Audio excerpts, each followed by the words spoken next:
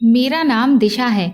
मैं जो भी कपड़े खरीद कर लाती थी तो उन्हें मेरा पति फाड़ देता था और फिर मुझसे रिक्वेस्ट करता कि तुम यही कपड़े पहनकर मेरे पापा के साथ चली जाओ और कुछ देर बाद ही वापस आ जाना। मुझे नहीं पता होता था कि मेरे ससुर मुझे कहाँ लेकर जाते हैं। एक दिन मैं अपने पति की बात आसानी से मान गई और जाने के लिए तैयार हो गई, लेकिन जब मेरे ससुर मुझे अपने साथ लेकर जाते तो वो मेरी आंखों पर पट्टी बांध दिया करते थे और सख्ती से मुझे मना कर देते थे कि अपनी आंखों को खोलकर बिल्कुल भी मत देखना और ना ही इस पट्टी को हटाना। अगर तुमने ऐसा किया तो तुम्हारा पति तुम्हें तलाक देकर घर से निकाल देगा। मैं अपने पति से बहुत प्यार करती थी, इसलिए अपने ससुर और पति के कहने को मैं मान लिया करती थी। अब हर दिन मेरे ससुर और मेरे पति मेरी आंखों पर कपड़ा बांधकर मुझे अपने साथ किसी अनजान जगह पर ले जाते थे, जहां पर मुझे कुछ अजीब सा शोर सुनाई देता था। एक दिन मैंने अपने पति से छुपकर अपने आंखों पर बंधी पट्टी में छोटे छोटे छेद कर लिए और फिर उस पट्टी को बांधकर मैं अपने ससुर के साथ चली गई। लेकिन जैसे ही मैं उस जगह पर पहुंची तो मेरे पैरों तले से जमीन निकल गई, क्योंकि वहां पर तो बहुत सारे आदमी। मेरी शादी मनीष के साथ 2 महीने पहले ही हुई थी। हम दोनों की जिंदगी बहुत अच्छी गुजर रही थी। मनीष से मेरी शादी मेरी मर्जी के मुताबिक ही हुई थी। हालांकि मनीष मुझसे शादी नहीं करना चाहता था। वो मुझसे शादी क्यों नहीं करना चाहता था ये तो मैं समझ नहीं पाई थी। मनीष मेरा क्लासमेट था। हम दोनों एक दूसरे को बहुत पसंद करते थे। मैं जानती थी कि वो भी मुझे पसंद करता है, तो जाहिर सी बात है कि पसंद करने वाला इंसान शादी भी करना चाहता है। लेकिन मनीष ने कभी मुझे शादी के लिए प्रपोज ही नहीं किया था। वो सिर्फ ये कहता था कि मैं तुम्हें पसंद करता हूँ और तुम्हें अपना एक अच्छा दोस्त मानता हूँ, बाकी मैं तुमसे शादी नहीं कर सकता। मेरे समझ में नहीं आता था कि वो इस तरह की बातें क्यों करता है। मैं दिल ही दिल में उसको बहुत प्यार करने लगी थी। मेरे दिल में मनीष के लिए बहुत सारी फीलिंग्स जाग उठी थी। एक दिन जब मैं कॉलेज से घर आई तो मैंने देखा कि मुझे देखने के लिए लड़के वाले आए हुए थे। मुझे जब ये बात पता चली तो मेरे होश उड़ गए, क्योंकि मैं उस लड़के से शादी नहीं करना चाहती थी। मेरी मोहब्बत तो मनीष से ही जुड़ी हुई थी, इसीलिए मैं सिर्फ उसके साथ ही अपनी जिंदगी गुजारना चाहती थी। मैंने उन लोगों के जाते ही मनीष को कॉल की और उसे सब कुछ बता दिया। मनीष ने कहा कि तो इसमें परेशान होने वाली क्या बात है, तुम अपने पेरेंट्स के कहने के मुताबिक शादी कर लो, वो लोग तुम्हारा भला ही सोचेंगे। मैंने मनीष से कहा, मेरा भला और बुरा सब कुछ अब तुम्हारे ही साथ है। तुम्हें मुझसे शादी करनी है तो बताओ, और अगर नहीं करनी तो मैं अपनी जीवन लीला खत्म कर लूंगी, क्योंकि मैं मनीष की दीवानी हो चुकी थी। मनीष मेरी इस बात से डर गया और उसने कहा कि तुम ऐसा वैसा कोई भी कदम नहीं उठाओगी। मैं आज ही घर जाकर इस बारे में अपने पापा से बात करता हूँ। मैंने मनीष से कहा कि तुम्हारे पास सिर्फ रात तक का ही टाइम है, क्योंकि मेरे मम्मी पापा को लड़के वालों को भी जवाब देना है और वो लोग जवाब सिर्फ तभी दे पाएंगे जब मैं उनको जवाब दूंगी। इसलिए तुम मुझे जल्द से जल्द जवाब दो कि तुम मुझसे शादी करना चाहते हो या नहीं, और सोच लेना कि मुझे जवाब सिर्फ हाँ में ही चाहिए। अगर तुमने मुझे इनकार किया तो फिर मेरी मौत के जिम्मेदार तुम ही होगे। मेरी बात सुनकर मनीष घबरा गया।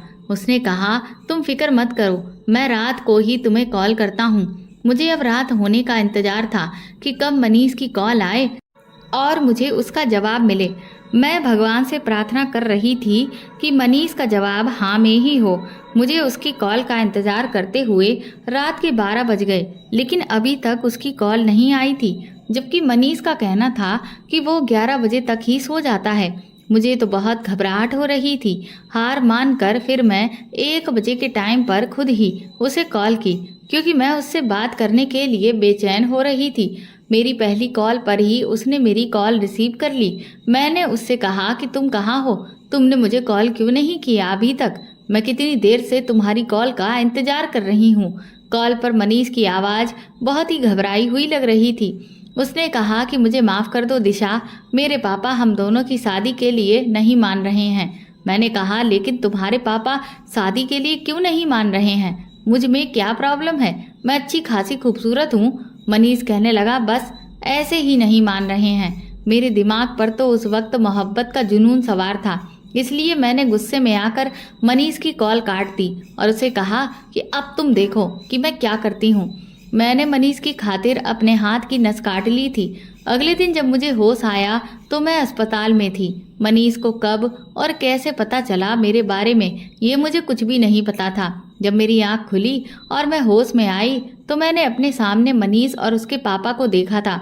मेरे घर वालों ने मुझे इस बात पर बहुत डांट लगाई थी कि एक बार मैं उनको ये सब कुछ बता देती तो शायद मुझे इस सब से नहीं गुजरना पड़ता। फिर मनीष के पापा मेरे घर रिश्ता लेकर आ गए थे और मैं अपने प्लान में कामयाब हो गई थी। खुशी खुशी दोनों परिवारों ने मिलकर मेरी शादी जैसे तैसे मनीष के साथ में कर दी थी। मेरी शादी को अभी मनीष के साथ 1 ही महीना गुजरा था कि मौसम ने करवट ले ली थी। अचानक इस कदर गर्मी पड़ने लगी कि सबने ही अपने गर्मियों वाले कपड़े निकाल लिए। मेरी ससुराल में मेरी 2 नंदे और ससुर थे। मेरे माता पिता गरीब लोग थे। उन्होंने मेरी शादी सिर्फ नॉर्मल तरीके से ही की थी और मुझे नॉर्मल ही सारा सामान दिया था। मनीष भी इसी तरह की फैमिली से बिलोंग करता था। उसकी भी सिर्फ मामूली सी ही सैलरी थी। हम दोनों की शादी से उसके पापा ने किस लिए इनकार किया था, इस बात का मुझे कभी पता नहीं चल सका था और ना ही मैंने दोबारा मनीष से इस बारे में पूछने की कोशिश की थी। मेरे पति का घर बस छोटा सा ही था और वो अपने घर में अकेला ही कमाने वाला था। उसके ऊपर अपने पिता और दोनों बहनों की जिम्मेदारी थी। अब तो उसके ऊपर मेरी जिम्मेदारी भी आ गई थी। मेरी बड़ी नंद का तो रिश्ता भी लगा हुआ था और इसकी एंगेजमेंट भी हो चुकी थी। अगले 1 साल बाद उसकी शादी है। शायद इसीलिए उसका बिहेवियर मेरे साथ नॉर्मल नंदों के जैसा नहीं था। वो मेरे साथ बहुत अच्छे से रहती थी और मेरी बहुत इज्जत करने वाली लड़की थी। मेरी उससे बहुत अच्छी दोस्ती हो गई थी, मगर मैं मनीष की जगह तो उसे नहीं दे सकती थी ना, क्योंकि मेरे पति ने मुझे शॉपिंग करने के लिए थोड़े से पैसे दिए थे और कहा था कि तुम मेरी बहन के साथ चली जाना। लेकिन मैं मनीष से जिद करने लगी कि तुम ही मुझे मार्केट लेकर चलो, मुझे तुम्हारे साथ ही शॉपिंग पर जाना है। वो मेरी बात पर हंसने लगे और बोले कि तुम बात को समझने की कोशिश करो, मुझे लड़कियों के कपड़ों के बारे में ज़्यादा कुछ नहीं पता है। तुमने अगर मुझसे वहाँ पर एडवाइस मांग ली तो फिर मैं क्या करूँगा। तुम शालिनी को अपने साथ ले जाओ, उसकी चॉइस बहुत अच्छी है। वैसे भी उसके साथ तुम्हारी अच्छी दोस्ती हो गई है। बात तो मनीष की भी बिल्कुल ठीक थी, इसलिए फिर मैं उनकी बात मान गई। लेकिन उनसे प्रॉमिस लेना नहीं भूली कि वो मुझे रात का डिनर बाहर ही करवाएंगे। मेरी इस बात पर मनीष राजी हो गए थे, लेकिन उनके चेहरे पर मुझे कुछ परेशानियां नजर आ रही थीं। मैंने उनकी परेशानी की वजह नहीं पूछी थी, क्योंकि मुझे मार्केट जाना था। इसलिए मैंने अपनी ननद शालिनी को साथ लिया और मैं उसके साथ मार्केट शॉपिंग करने के लिए चली गई थी। मेरे पति ने मुझे 2 सूट लाने के लिए पैसे दिए थे। मैंने 2 ही सूट ले लिए थे। मैंने अपनी ननद को खुश करने के लिए उसे इयररिंग्स दिलवा दिए थे। वो भी उन इयररिंग्स को लेकर बहुत खुश हो गई थी, क्योंकि मेरे पास इतने पैसे नहीं बचे थे कि मैं अपनी ननद को भी कपड़े दिलवा सकती। वो मुझसे बहुत इम्प्रेस हुई थी। वो कहने लगी, भाभी आप तो दुनिया की सबसे बेस्ट भाभी हो। मैं उसकी बात सुनकर खुश हो गई थी। मैं चाहती थी कि मैं अपने ससुराल में जल्दी ही अपनी जगह बना लूं। मेरा पति पढ़ा लिखा और बहुत ही स्मार्ट था। उसकी इसी स्मार्टनेस पर ही तो मैं फिदा हो गई थी। उसकी आदत भी बहुत अच्छी थी। वो मुझसे बहुत प्यार करता था। मैं चाहती थी कि मैं मनीष से इतना प्यार करूं कि उसे मेरे बिना रहने की आदत ही ना हो। जब मैं घर आई और खुशी खुशी मैंने अपने कपड़े अपने पति को दिखाए तो उन्हें वो बहुत पसंद आए थे। अपने पति को देखकर मुझे ऐसा लगा जैसे मेरी सारी मेहनत वसूल हो गई है। मेरे पति कमरे में आ गए थे। मैं भी उनके पीछे पीछे ही कमरे में आ गई।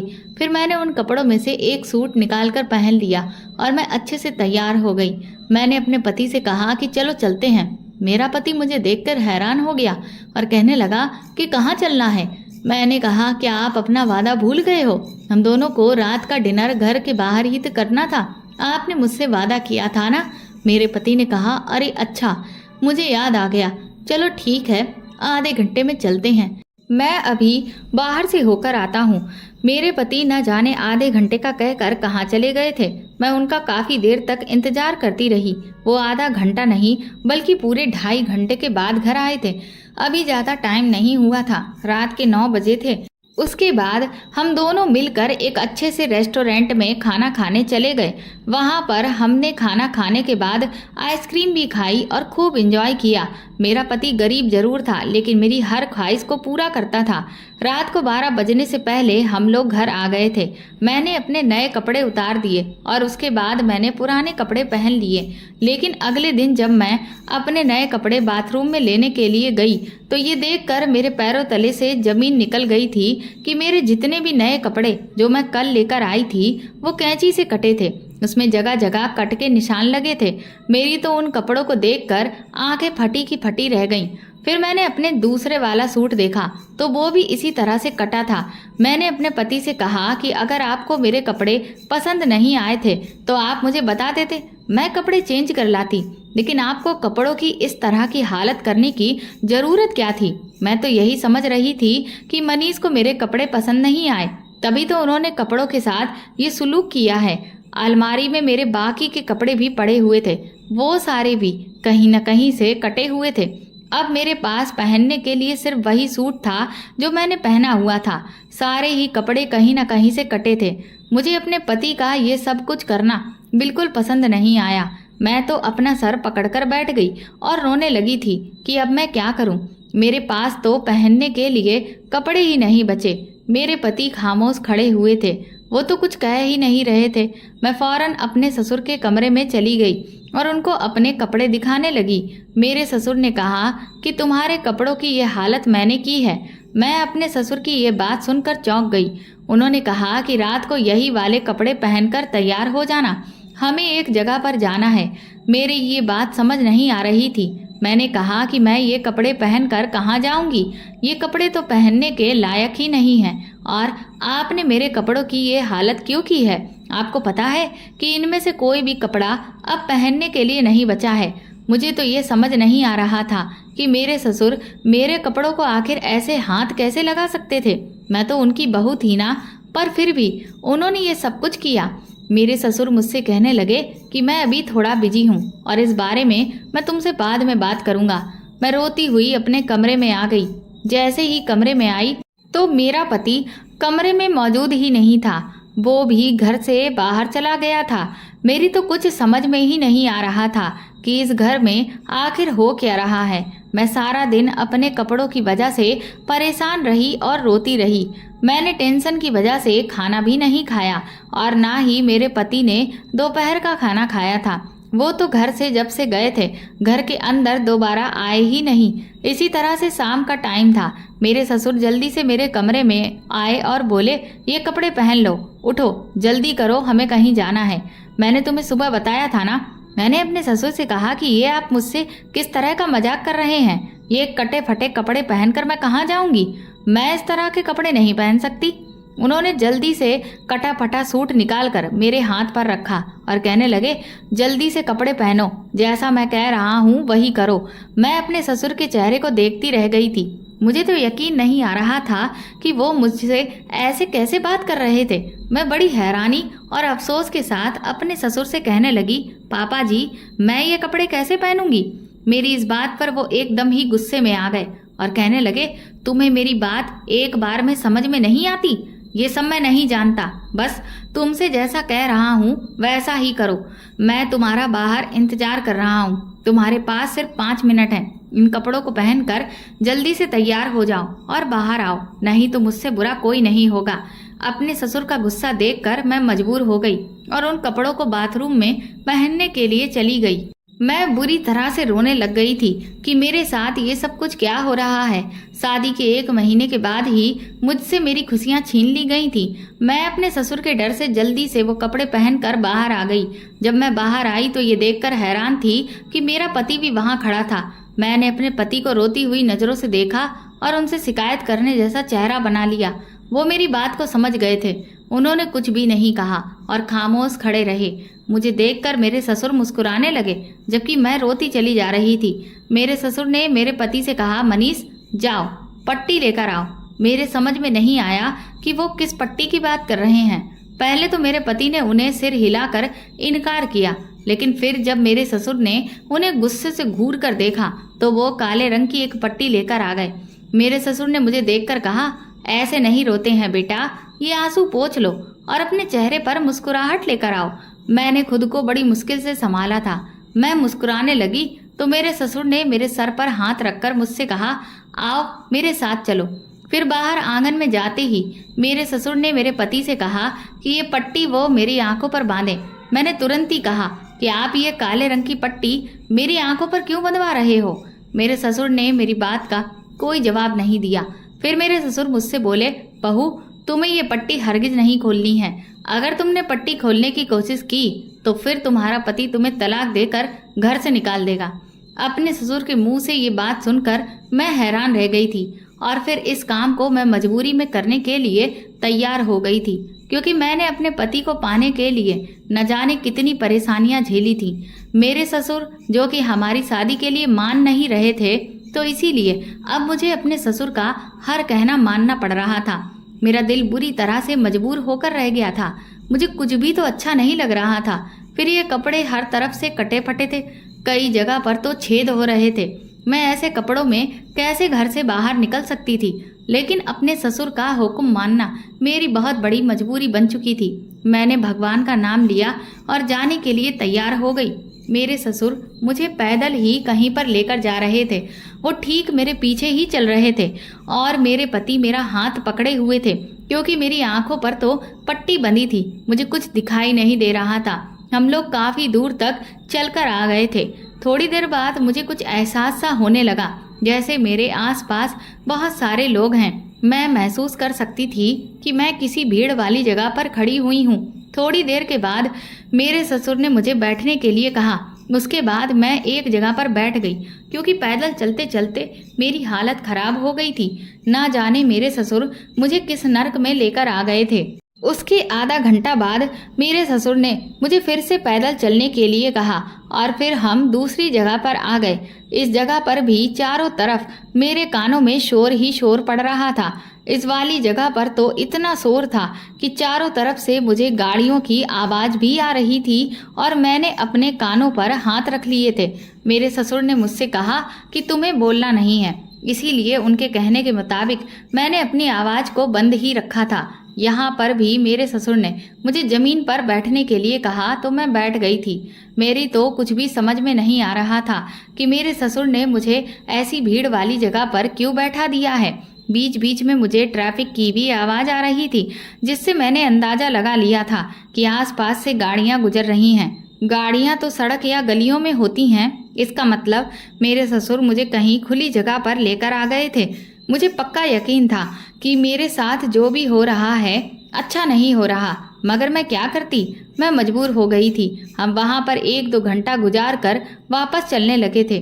मैंने आवाज़ों को पहचानने की कोशिश की थी ताकि मुझे पता चल सके कि मैं किस जगह पर आई हूँ, मगर मैं नाकाम रही थी। लेकिन ये तो पक्का था कि ये कोई रास्ता था। मैं जब घर पहुंची तो मेरे ससुर ने मेरी आंखों से पट्टी हटवा दी थी और फिर मुझे मेरे कमरे में जाने के लिए कह दिया। मैं जैसे ही अपने कमरे में आई तो मैंने देखा कि मेरे पति अपना सिर झुकाए हुए मेरे पीछे ही चले आ रहे थे। मैं बहुत ज़्यादा थकी थी, इसलिए बेड पर जाकर चुपचाप लेट गई। मैंने अपने पति से कोई बात नहीं की थी, क्योंकि मैं उससे बहुत ज़्यादा नाराज़ थी।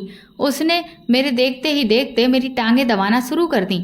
मैं उसके ऐसे बिहेवियर से बहुत परेशान हो चुकी थी। मैंने अपने पति को पैर दबाने से मना किया, क्योंकि मेरे पैरों में बहुत ज़्यादा दर्द हो रहा था। पैर दबाने से मुझे कुछ सुकून मिल गया था। मेरे पति ने देखा कि मैं उनसे बात नहीं कर रही हूँ तो वो कहने लगे, दिशा आज जो कुछ भी हुआ है उसके लिए मैं बहुत शर्मिंदा हूँ। कल मैं तुम्हें शॉपिंग पर ले चलूँगा, तुम अपनी मर्जी के मुताबिक कपड़े खरीद लेना। मैं पैर जल्दी से पीछे किए और कहने लगी, ताकि आपके पापा फिर से मेरे कपड़ों को काट दें। मेरी बात पर मेरे पति ने अपना सिर झुका लिया और कहने लगे, दिशा तुम आराम करो, तुम्हें आराम की बहुत ज़रूरत है। लाओ अपने पैर इधर करो, मैं दवा देता हूँ। मैंने कहा, मुझे तुम्हारी तसल्ली की कोई ज़रूरत नहीं। मैं इस टाइम अपने पति से कोई बात नहीं करना चाहती थी, ना ही उसका चेहरा देखना चाहती थी, क्योंकि मुझे सबसे ज़्यादा गुस्सा तो मनीष पर ही आ रहा था। उसके पापा कुछ भी कर रहे थे, वो कुछ भी नहीं बोला और खामोशी से उनका कहना मानता रहा। इसीलिए मैंने अपनी आंखें बंद कर लीं और मैं सो गई। मैं बहुत ज़्यादा थकी थी, इसलिए जल्दी ही मुझे नींद आ गई थी। 1 घंटे के बाद ही मेरी नींद खुल गई क्योंकि मैंने खाना नहीं खाया था। मुझे भूख लग रही थी। इन लोगों ने मेरी नींद और चैन तो छीन लिया था, लेकिन मुझे क्या पता था कि अभी तो ये बस शुरुआत है, आगे तो अभी और बहुत मुश्किल वक्त आना है। अगले दिन मनीष ने अपने ऑफिस की छुट्टी कर ली और वो ज़बरदस्ती मुझे मार्केट लेकर गया। मैं वहाँ पर एक जगह आराम से बैठी रही थी। मैंने किसी भी तरह का कोई रिएक्ट नहीं किया। मेरे पति ने खुद ही अपनी पसंद के मुझे 2 सूट दिलवा दिए थे। मैं शॉपिंग करके घर आ गई। मेरा पति घर से बाहर चला गया। उन्होंने मुझे कहा कि तुम आराम करो, मैं अपने एक दोस्त से मिलकर आता हूँ। मेरे ससुर ने मुझे अपने कमरे में बुला लिया और उन्होंने मुझसे बड़े प्यार से पूछा कि कहाँ गई थी तुम अपने पति के साथ। तो मैंने उन्हें बताया कि मैं मनीष के साथ शॉपिंग करने गई थी। थोड़ी देर बातचीत करने के बाद उन्होंने मुझे बताया कि बहू, तुम्हें पता है मनीष के तो बहुत ही बड़े बड़े घरों से रिश्ते आ रहे थे, लेकिन उसने तुम्हारी खातिर सिर्फ तुमसे ही शादी की। मेरे बेटे के पीछे तो बहुत सारी लड़कियां पागल थीं, क्योंकि वो देखने में है ही इतना स्मार्ट और सुशील, मगर मेरे बेटे ने तो तुमसे शादी करने के लिए जिद ही ठान ली थी। अब तुमने खुद को ख़त्म करने का डर दिखाया तो मेरा बेटा भी डर गया। इसीलिए मुझे अपने बेटे की मर्जी की खातिर अपना सर झुकाना पड़ा। लेकिन तुम छोटे से हादसे का बहाना बनाकर अपने ये हसीन दिन खराब मत करो। अपने पति के साथ हंसी खुशी जिंदगी गुजारो। मैं देख रहा हूँ कि तुम्हारा मूड अपने पति की तरफ से बिल्कुल भी ठीक नहीं है। वो तुमसे बहुत प्यार करता है और देखो, तुम्हारा गुस्सा ठीक करने के लिए ही तो वो तुम्हें शॉपिंग पर लेकर गया। मुझे अपने ससुर की बात ठीक लगी। मैंने सोचा कि चलो जो हुआ सो हुआ, मुझे अपने पति के साथ अपना बिहेवियर अच्छा रखना चाहिए। मुझे मनीष को ज़्यादा परेशान नहीं करना चाहिए। ये ना हो कि वो मुझसे नाराज होकर कहीं और दिल लगा बैठे। उस बेचारे ने भी तो मुझसे शादी करने के लिए काफ़ी सारे सेक्रीफाइसेस किए हैं। मैं अपने ससुर की बात सुनकर अपने कमरे में आ गई और अपने पति के आने का इंतजार करने लगी। थोड़ी देर के बाद मेरे पति भी आ गए। मैं उनके सामने काफ़ी शर्मिंदा हो रही थी। मैंने उन्हें कहा, मनीष, मैं शर्मिंदा हूँ अपनी गलती पर। मैं भी अपना दिल साफ करने की कोशिश कर रही हूँ, मगर तुम्हें भी मुझे एक वादा करना होगा। मेरी बात सुनकर मनीष खुश हो गए थे। वो कहने लगे, हाँ हाँ बताओ, तुम हुक्म करो। मैंने मनीष से कहा कि जैसा तुम्हारे पापा ने मेरे साथ किया है, ऐसा अब कभी नहीं होना चाहिए। ये तुम्हें मुझसे वादा करना होगा। आइंदा ऐसा कभी नहीं होगा। मनीष ने सिर हिला दिया और बोले, मैं पूरी कोशिश करूंगा कि ऐसा कुछ भी ना हो जिसकी वजह से तुम्हें परेशान होना पड़े। अचानक ही उन्होंने मेरी आंखों में देखा और कहा कि दिशा, तुम्हें पता है क्या, मेरे पापा थोड़े जिद्दी और गुस्सैल हैं। मुझे उनकी बातों के आगे हार माननी पड़ जाती है, लेकिन वो दिल के बुरे नहीं हैं, वो दिल के बहुत अच्छे हैं। तभी तो उन्होंने मेरी खुशी के लिए तुम्हारे साथ मेरी शादी करवा दी थी। हालांकि हमारी शादी के लिए वो राजी नहीं हो रहे थे, पर सिर्फ अपने बेटे की खुशी के लिए वो तैयार हो गए थे। मनीष कहने लगे, मैं तुम्हें हर खुशी देने की कोशिश करूंगा। अपने पति की बात सुनकर मुझे बहुत खुशी हुई थी। मैं अपने पति की कही हुई बातें सोच सोच कर खुश हो रही थी, लेकिन उन्होंने अपने पापा की जो बात मुझे बताई थी वो मेरी समझ नहीं आई थी कि उनका इशारा अपने पापा की किस बात पर जा रहा था। फिलहाल मैंने ये सब कुछ वक्त पर छोड़ दिया था। मैं जानती थी कि वक्त के साथ साथ मुझे सब कुछ पता चल जाएगा। अपने पति के साथ काफ़ी अच्छा टाइम स्पेंड करने के बाद मैं शाम के टाइम पर अपनी दोनों नंदों के कमरों में जाकर बैठ गई और उनके साथ में इधर उधर की बातें करने में बिजी हो गई थी। फिर मैं वापस अपने कमरे में लौट कर आई तो मैंने देखा कि मेरे नए कपड़े जो मैं कल ही लाई थी वो फिर से कटे हुए थे। इस बार तो मुझे बहुत ज़्यादा गुस्सा आया। मैं तो समझ रही थी कि अब सब कुछ ठीक हो गया है, मगर ये सिर्फ मेरा ख्याल था। शाम का टाइम हो रहा था। फिर से मेरे ससुर कमरे में आए और उन्होंने कहा कि इनमें से जल्दी से एक सूट पहन लो, तैयार हो जाओ, हमें चलना है। मेरी कुछ समझ नहीं आ रहा था कि मेरे ससुर ऐसा क्यों कर रहे हैं।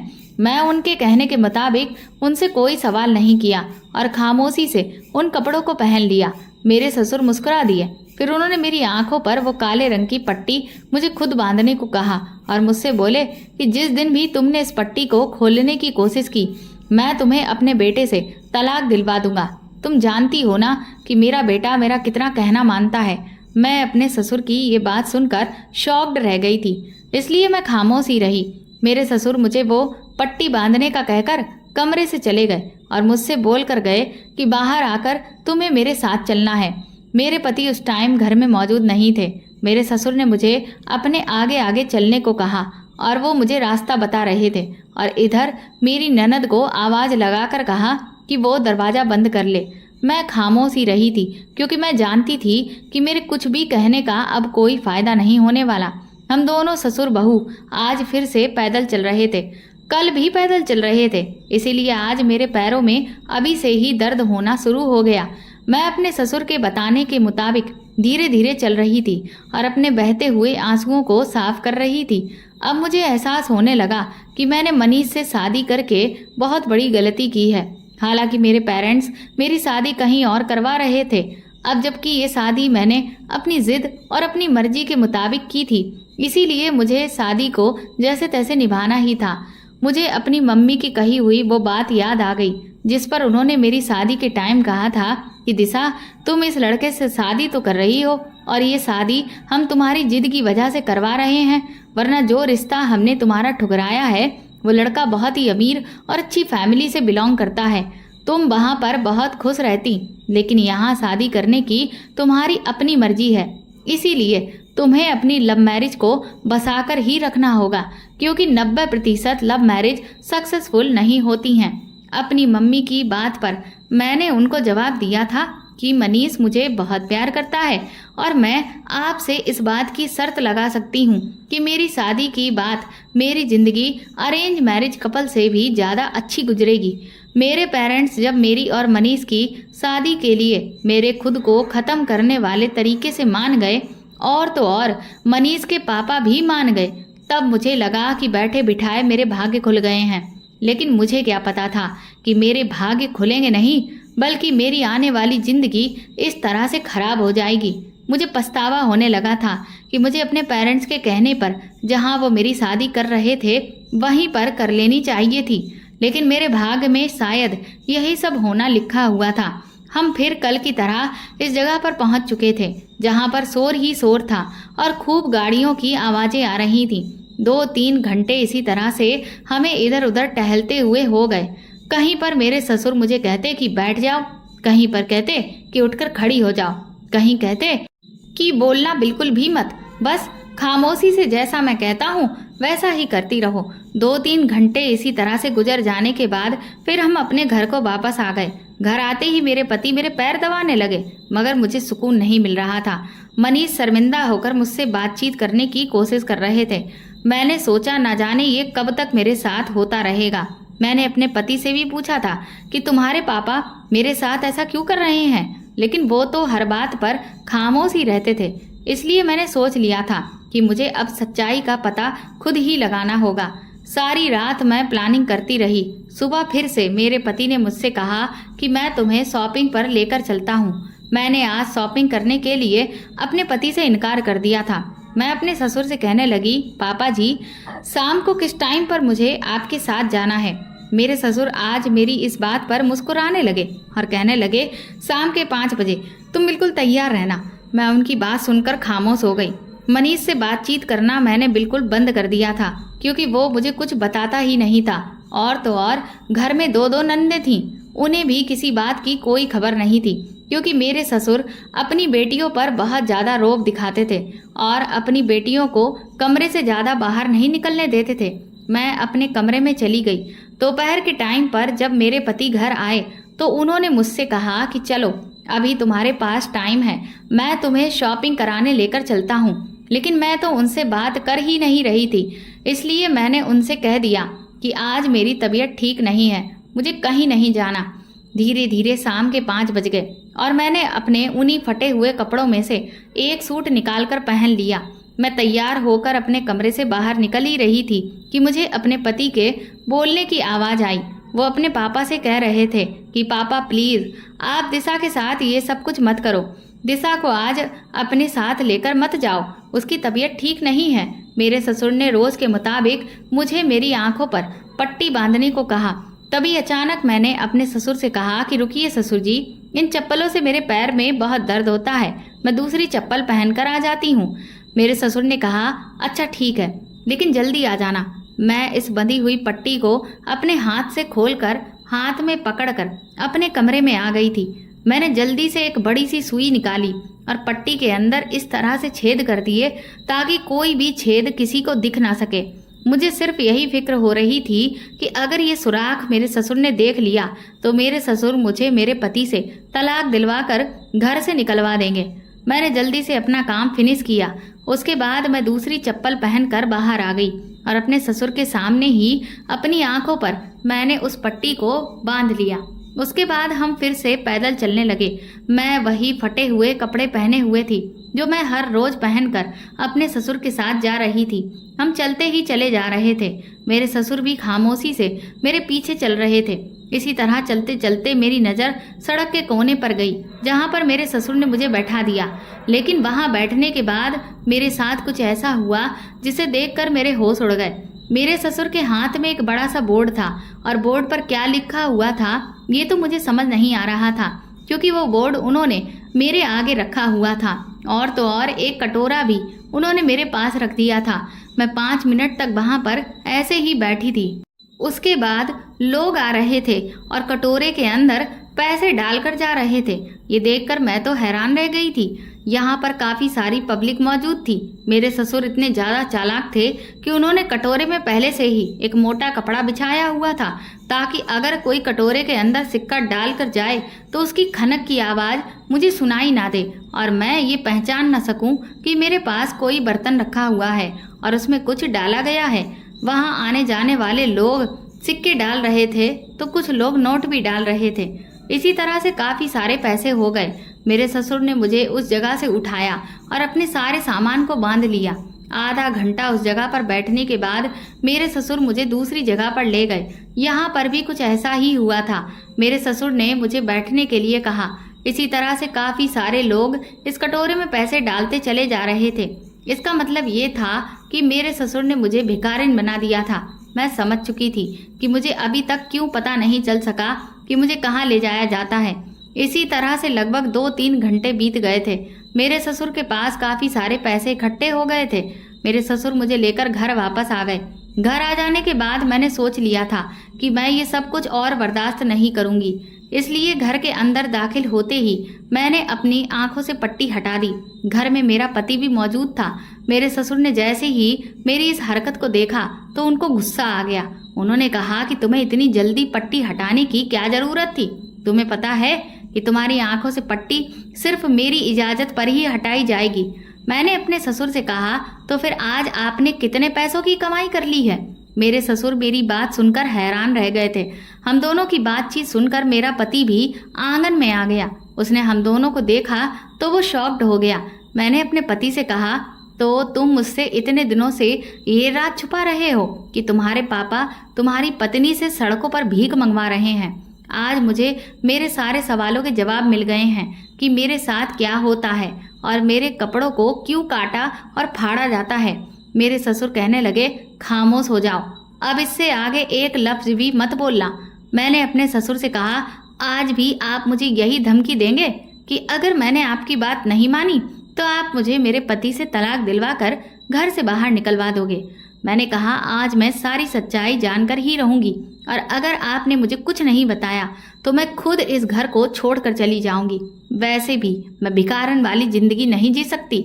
मेरे माता पिता भले ही गरीब हैं, लेकिन कभी उन्होंने मुझसे ऐसा कोई काम नहीं करवाया जैसा कि फ़ायदा आप लोग मेरा उठा रहे हो। मेरा पति मेरी बात सुनकर घबरा गया था और उसने कहा कि प्लीज़ मुझे छोड़कर मत जाना दिशा, मैं तुम्हें सब कुछ बता देता हूँ। मैंने कहा, हाँ, आज मुझे सब कुछ बता दो वरना अच्छा नहीं होगा, क्योंकि मैं ये सब कुछ और बर्दाश्त नहीं कर सकती। मेरे पति ने मुझे बताया कि मेरे पापा ने मेरे लिए पहले ही अपने एक दोस्त की बेटी से मेरा रिश्ता फिक्स कर दिया था, लेकिन मैं तुमसे प्यार करता था। मैं उससे शादी नहीं करना चाहता था। जब मेरे पापा को तुम्हारे बारे में पता चला तो उन्होंने मुझे साफ इनकार कर दिया कि वो तुम्हारी शादी कभी भी मुझसे नहीं होने देंगे और उधर तुमने अपनी जान लेने की धमकी दी थी। मैंने अपने पापा को मनाने की बहुत कोशिश की थी, लेकिन वो मान ही नहीं रहे थे, पर तुमने तब तक वो हरकत कर डाली। मैंने अपने पापा को तुम्हारी जान का वास्ता देकर उनको मजबूर कर दिया था, तब जाकर वो हमारी शादी के लिए माने थे, लेकिन एक शर्त पर। उन्होंने कहा कि मैं एक शर्त पर तुम्हारी शादी इस लड़की के साथ करूँगा। मेरे पापा को पता चल गया था कि तुम गरीब परिवार से हो और जब तुम हमारे घर आओगी तो तुम ना तो दहेज में ज़्यादा कुछ लेकर आओगी और ना ही तुम्हारे माता पिता हमारी शादी धूमधाम से करेंगे। मेरे पापा के दोस्त तो बहुत अमीर थे। वो लोग दहेज में मुझे कार, एक बंगला और बिजनेस करने के लिए 50 लाख रुपए दे रहे थे। मेरे पापा इसीलिए चाहते थे कि मेरी शादी उसी लड़की के साथ हो जाए, क्योंकि मेरे कंधों पर अपनी दो दो बहनों की शादियों का बोझ भी है। मैं नौकरी करके इतना नहीं कमाता हूँ कि सारा खर्च पूरा कर सकूं। मेरे पापा ने मेरे सामने शर्त रखी थी कि शादी के बाद वो तुम्हारे साथ इस तरह से बिहेव करेंगे और इस तरह से तुमसे भीख मंगवा कर पैसे इकट्ठा करेंगे। तभी तो उन्होंने उस बोर्ड पर ये बात लिखी हुई थी कि मैं गूंगी हूँ और अंधी हूँ। आप लोग मेरी मदद करो। लोग इस बोर्ड को पढ़ने के बाद तुम्हें अंधी, गूंगी और गरीब लड़की समझकर पैसे देकर चले जाते हैं।